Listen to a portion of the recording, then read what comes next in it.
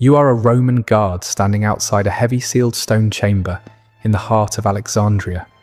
The Egyptian sun beats down on the palace walls, but here in the corridor, the air is thick with the scent of cedar oil and the silent tension of history in the making.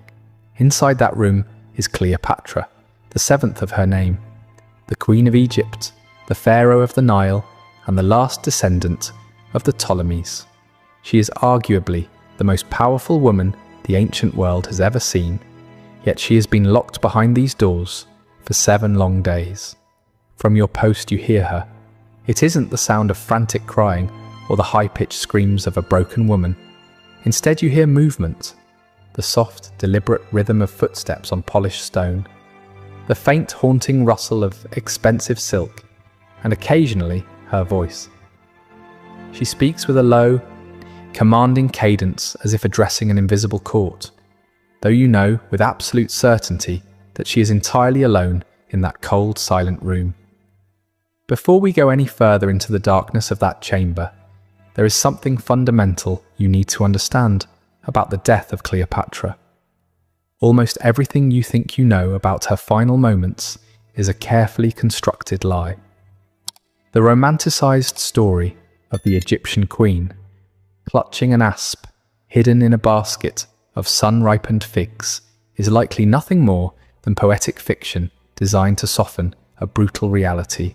The image of Cleopatra dying peacefully upon her royal bed, draped in gold and surrounded by her weeping, loyal handmaidens, is almost certainly a myth.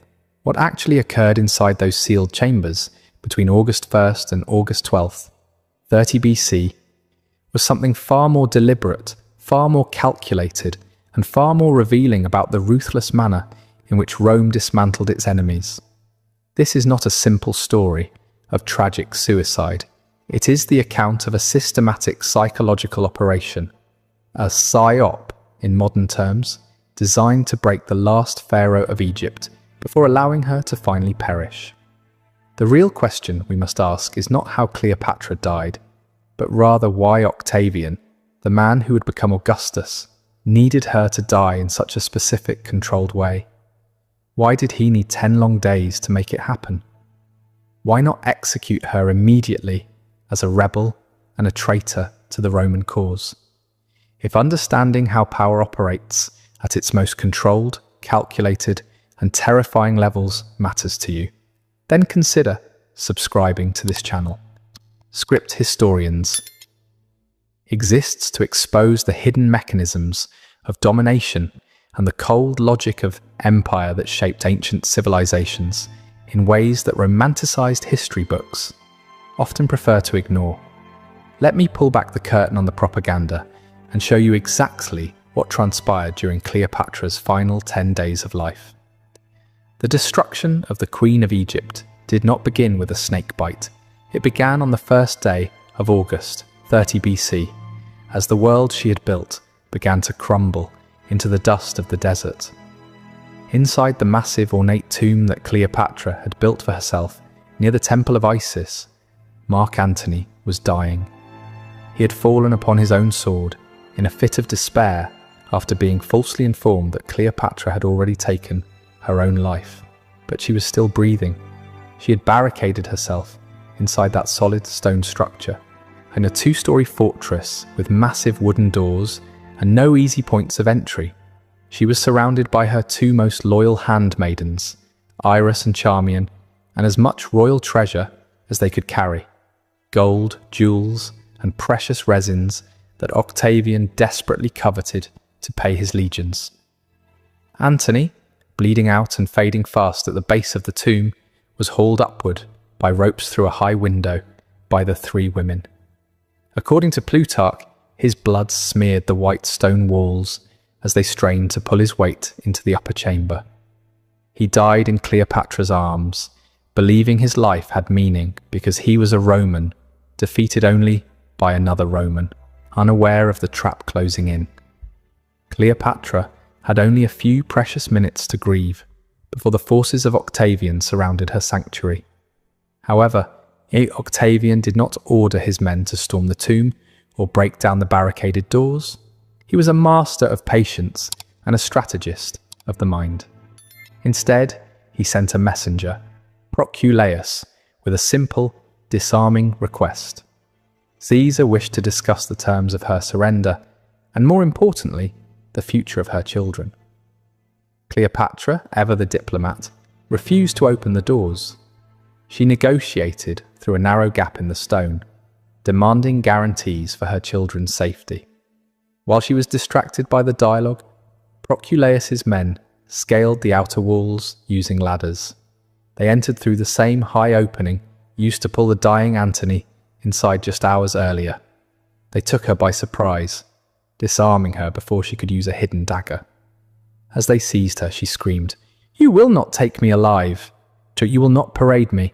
But the soldiers had explicit orders: keep her alive at all costs. The moment they carried her from the tomb and sealed her inside the guarded chamber on the second floor of the palace, the true process of destruction began. Octavian did not simply want Cleopatra dead, he needed her alive for a very specific purpose. Egypt was the wealthiest kingdom in the world, and it was now his, but back in Rome, he faced a massive PR problem. He had just concluded a brutal civil war, Romans killing Romans. To justify the bloodshed, he had to transform a conflict between citizens into a war against a foreign other. He needed a villain. Cleopatra was the perfect candidate. The Eastern temptress, the Egyptian witch, the foreign corruption that had seduced a noble Roman general. But there was a problem. Cleopatra was brilliant, multilingual, and highly respected by many in the Roman elite. She wasn't a caricature. Complicated enemies make for poor propaganda. Octavian needed to simplify her, to turn her into a trophy that could be paraded through the streets of Rome. Octavian's entire political future depended on the spectacle of the Roman triumph. This was a ritualized formula of humiliation, where a defeated king or queen was led through the streets, in chains, displayed to the jeering crowds, and then publicly strangled in the Mamertine prison. Cleopatra understood this formula all too well. She had been in Rome years earlier, during Julius Caesar's triumphs, and had watched as Vercingetorix, the Gallic king, was dragged through the mud and then executed. She knew that Octavian intended to use her body to solidify his grip on the Roman soul. Thus, the next 10 days became a battle of wills. Octavian's strategy was to break her desire for death. He needed to make her want to live, and to do that, he used the only leverage she had left, her 4 children. Caesarion, her son with Julius Caesar, and the 3 younger children she had with Antony, were separated from her and placed under heavy guard in different parts of the palace. On August 2nd, Octavian sent a different kind of messenger, Gaius Cornelius Gallus, a poet and diplomat who spoke the language of refinement. The message was refined cruelty. Your children are safe for now, but their survival depends entirely on your cooperation. If you die, Caesar cannot guarantee their lives. Cleopatra was trapped in an impossible psychological space between her dignity and her motherhood. To escalate the pressure, Octavian sent architects to her chamber on August 3rd. They didn't come to talk. They came with measuring rods and wax tablets. They measured her height, the width of her shoulders, and the weight of her frame. When she asked what they were doing, they replied with cold indifference, "The display for the triumph must be built to accommodate your dimensions." They were measuring her like a piece of furniture, preparing the cage she would occupy in Rome. They returned every day for nearly a week, discussing her humiliation in front of her, as if she were already a statue. This was systematic conditioning. While the architects measured her for her cage, other messengers brought reports about her children. They told her how Caesarion was asking for her, how the younger children were crying for their mother. They let the sounds of her children playing in the palace gardens drift through her narrow window, close enough to hear their laughter, but far too far to touch. Modern psychologists call this learned helplessness. By stripping her of agency and making her dependent on him for news of her loved ones, Octavian was attempting to dismantle her identity. By August 7th, Cleopatra stopped eating, choosing the slow death of starvation. Octavian didn't force-feed her. He simply brought her eldest son, Caesarion, to her room. The boy begged her to eat, telling her he needed her to survive so they could all be safe. That night, she ate, and the threat to her children was no longer a theoretical concept. It had a face and a voice. On August 8th, Octavian finally visited her in person. He offered a mercy.